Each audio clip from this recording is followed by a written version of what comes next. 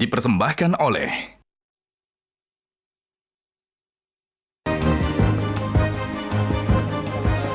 Baik, supaya pembicaraan kita lebih maju lagi ya. Dari Jaksa Agung. Prof Yenti, Bu Yenti, saya ingin tanya lebih jauh. Tadi Anda ingin menjelaskan lebih jauh. Intinya apa yang soal ada 271 triliun ini? Peristiwa pidana ya, peristiwa pidana itu bisa saja satu peristiwa itu melanggar beberapa ketentuan hukum pidana, ya kan? Ada lingkungan hidup mungkin, ada mungkin pemalsuan dan sebagainya. Tapi kemudian itu kan ada satu perbuatan yang melanggar berbagai peraturan hukum pidana. Itu adalah alasan pemberat. Itu yang namanya concursus idealis, satu perbuatan beberapa undang-undang. Kemudian penegak hukum karena memang memenuhi pasal 2 dan 3 atau pasal 2 atau pasal 3 maka menggunakan undang-undang tipikor gitu ya. Nah, pada waktu 271 karena saya sejak awal bersama-sama ya berkali-kali bertemu, pada waktu itu beliau juga menerangkan, bahkan saya menghitung, saya juga ingin tahu apa sih itu adalah ini ada satu perbuatan yang kemudian ada pasal 2 dan pasal 3 dan kemudian ada perhitungan bahwa karena itu berkaitan dengan lingkungan dan itu juga ada kerugian negara, pendekatannya kan seperti itu, melawan hukum atau menyalahgunakan kewenangan, ada yang diuntungkan, merugikan keuangan negara, masuk korupsi. Ya kan gitu ya. Kemudian dihitung juga bahwa karena itu berkaitan dengan alam, SDA alam, maka kalau di lingkungan hidup memang itu ada waktu itu fakta bahwa setelah ditambang itu ditinggalkan begitu saja sehingga suatu saat nanti harus diperbaiki. Jadi Prof Yenti ingin menguatkan perhitungan Prof Bambang? Saya tidak menguatkannya. Atau gimana nih? Saya gini, bahwa perhitungan itu ada, bahwa itu berhitung berapa ya tentu saya tidak mendalami ya karena itu bukan. Itu tadi ya, saya jadi arti 271 itu sejatinya kan didasarkan dari kerusakan lingkungan. Sejatinya dia kembali ke lingkungan. Karena Perma juga mengamanatkan begitu. Nah, kalau itu kembali ada namanya project restoration. Itu Bangka Belitung bisa hidup dari project restoration. Kalau 271 itu memang kembali ke lingkungan. Gitu. Betul. Harusnya kembali ke lingkungan berarti harus melalui pengadilan lingkungan. Pasal 4C-nya mengatakan melalui begitu kehutanan untuk restorasi. Makanya itu lingkungan yang kemudian mengelola keuangan itu. Posisi Jamrek mau dikemanakan? Iya, itu kan ada di sebagian IOP PT Timah, dia punya Jamrek.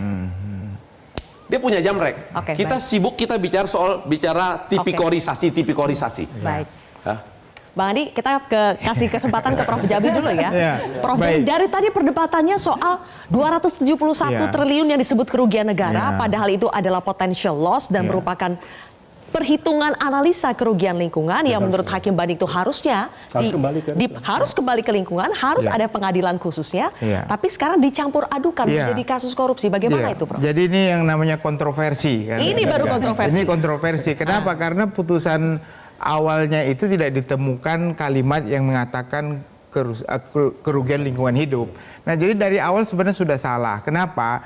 Di pasal 14 Undang-Undang Tipikor itu sudah mengatakan tindak pidana yang korupsi, ya tindak pidana yang bukan tindak pidana korupsi dalam undang-undang lain tidak disebutkan dengan pasti atau tidak dengan jelas, itu bukan tindak pidana korupsi kecuali dinyatakan sebagai tindak pidana korupsi. Itu pasal 14.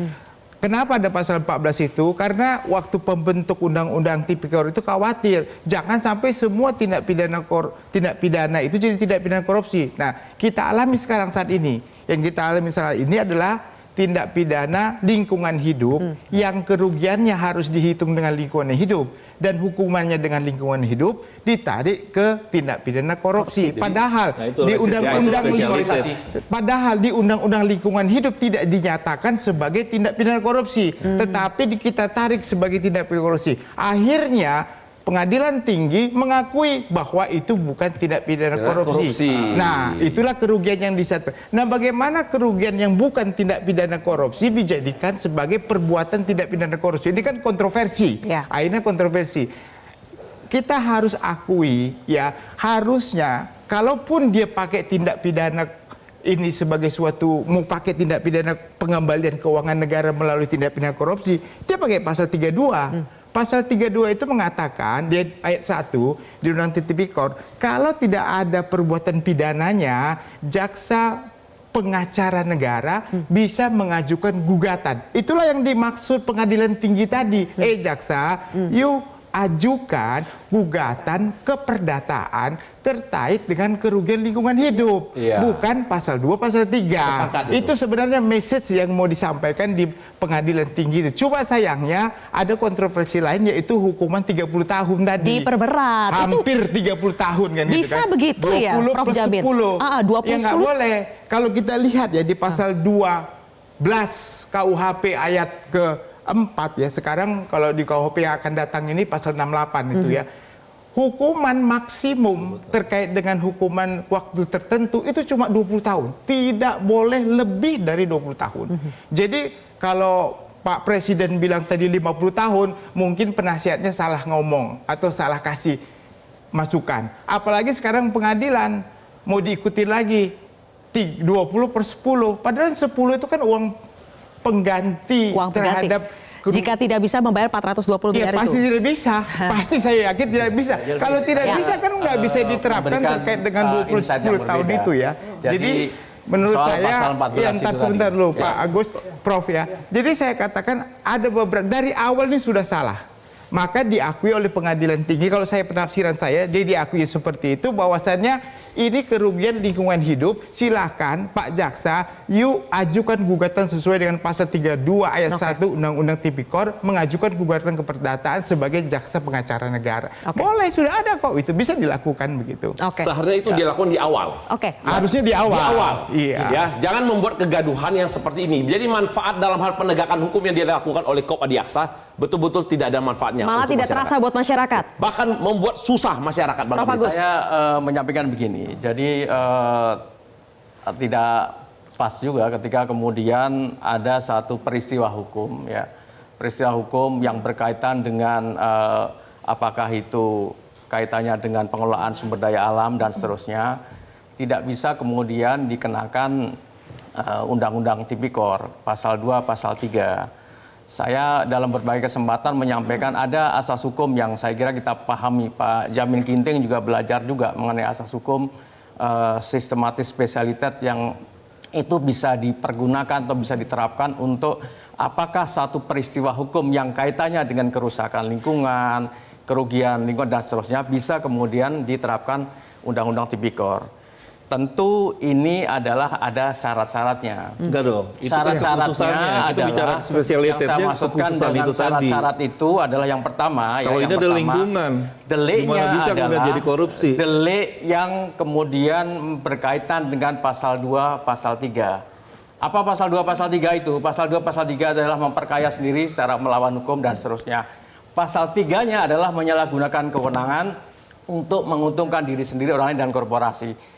Dari perbuatan yang ada di pasal 2 ayat 1 dan pasal 3 itu ada syarat yang paling penting, yaitu yang harus dipenuhi untuk dapat tidaknya suatu peristiwa hukum ini dibawa ke ranah korupsi, yaitu adanya kerugian keuangan negara. Semua nggak bisa gitu, nggak bisa gitu, nggak bisa gitu. Jadi di pasal 2, pasal 3, best talent delicten-nya bukan kerugian negara ya. Pasal 2 dan 3 itu best talent delicten, delik intinya bukan kerugian negara.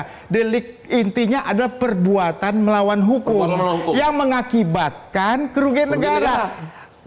Kerugian negara itu sebagai akibat dari suatu perbuatan, bukan sebagai suatu delik inti.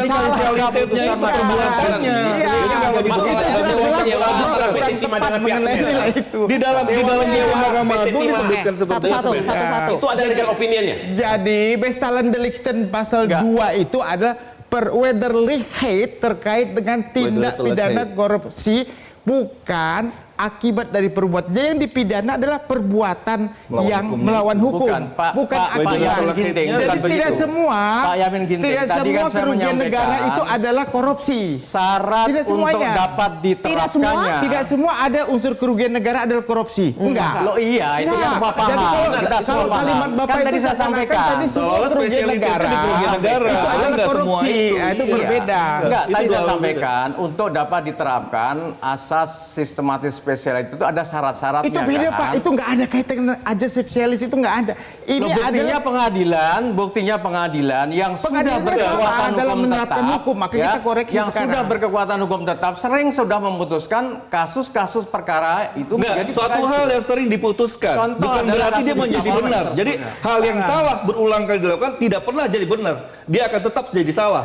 Begini dong. Jangan gitu ya. Jadi kesalahan itu nggak bisa berulang kali jadi Coba benar. mundur Nggak sedikit, ada. jangan bicara apa konsen di pasal 2 pasal Kalau 3. kita Sekarang ini bicara peristiwa soal- hukumnya sewa menyewa semeter ya PT Timah ya itu ada legal opinion-nya. Bukan Pak, begini, pengadilan tinggi aja sudah mengakui kalau kerugian negara itu ada akibat dari kerusakan lingkungan hidup. Jadi sebenarnya dia ingin mengatakan bahwa ini akibat perbuatan ini kerusakan lingkungan adalah tindak pidana lingkungan hidup. Pertanyaan saya, begitu. Pak Jadi Yamin Ginting, kita Pak jangan Yamin digeser Ginting, lagi ke pertanyaan sana. saya. Jadi sepakat ya ini namanya Dalam tipikorisasi putusan ya. pengadilan tinggi itu ya, apakah si terdakwa dinyatakan bersalah apa tidak? Dinyatakan bersalah melakukan Kasusnya tindak pidana. korupsi apa tidak? Kasus Tidak, korupsi. sudah, itu tapi kan itu berarti menurut pengadilan pandangan tinggi pengadilan demikian. tinggi. Tapi kita nggak mengamini Loh, karena oke, silakan, Bapak contoh berpendapat Bapak saya demikian. tanya, Sekarang enggak terus. Apakah benar hukuman bisa 20 tahun lebih dari 20 tahun? Oh, kalau soal hukuman itu konteksnya Nah, itu berbeda. Sekarang kita Pertanyaan baca Bapak, putusan. Boleh nggak itu? Tadi kan saya masuk kepada Baik, ketika baik. Ya, Bapak itu dulu. berpendapat soal pasal 14. Tadi katanya kan putusan Iya kan? pengadilan. Saya Bapak tanya. menyatakan pasal 14.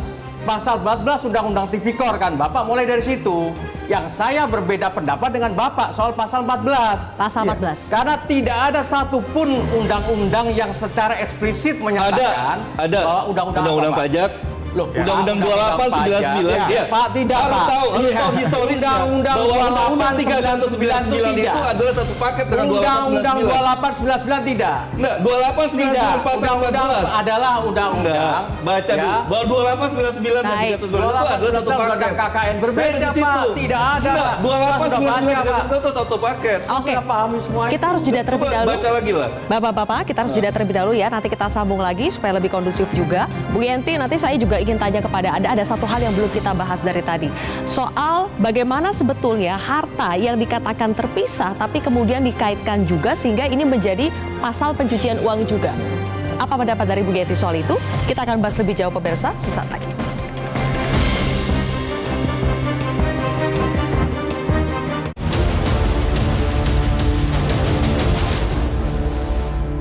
Dipersembahkan oleh Jelajahi cara baru mendapatkan informasi. Download Metro TV Extend sekarang.